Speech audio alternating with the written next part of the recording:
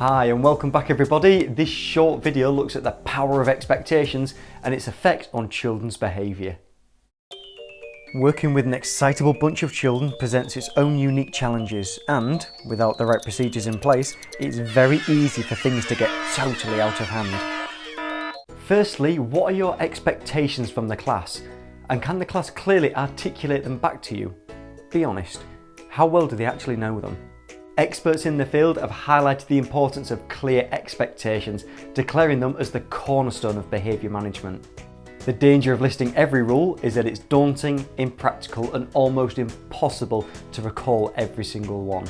Instead, switch out for some expectations that are easy for the class to remember and broad enough to cover a range of situations. I personally gear all mine around learning, so be ready to learn, be respectful to other learners and take responsibility for your own learning. I stole this from a cohort of schools about 6 years ago and haven't looked back since. The impact on the children's behaviour has been huge. That said, you know your class far better than I ever will, so adapt the expectations to suit the needs of your pupils. Our second port of call is to catch them in the act. Be observant and look for opportunities to reinforce positive behaviours. This could be anything from praising a child who's showing excellent active listening skills to praising a group of children who are quietly getting on with their work. To begin with, be frequent and generous with your praise. Children will soon start aligning themselves with your expectations if they're clear and they can see other classmates benefiting from it. Interestingly, research approximates that around 80% of children will respond positively to praise and continue to display these traits long after you've complimented them. It's such a small amount of initial effort on your behalf to reap huge rewards later on. Our third piece of advice is to be direct. Be explicit with your praise.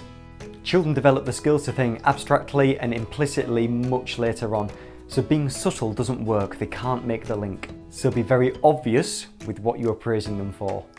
It's been demonstrated that BSP, or Behavioural Specific Praise, is one of the most effective tools in our armoury when it comes to developing class behaviour and class management. So let's switch out our old script and consciously create and start implementing a new and more effective one. A well done is positive enough, but it's just simply too vague. To make it behaviour specific, we're going to use their name and describe the positive behaviour that they are demonstrating and then praise it. If a child isn't doing the right thing, then describe the desired behaviour and link it back to the class expectations, in this case being respectful. This sends a clear message to the child as well as the rest of the class. And here is a quick recap followed by our 3 top tips. Firstly, we make our expectations clear and we make them concise enough so that children can clearly articulate them back to us. Number 2, be on the lookout for good behaviour and praise generously and often. Number 3, be direct and explicit with your praise. Use their name and describe the positive behaviour that you've noticed or the behaviour that you're looking for. And our 3 top tips.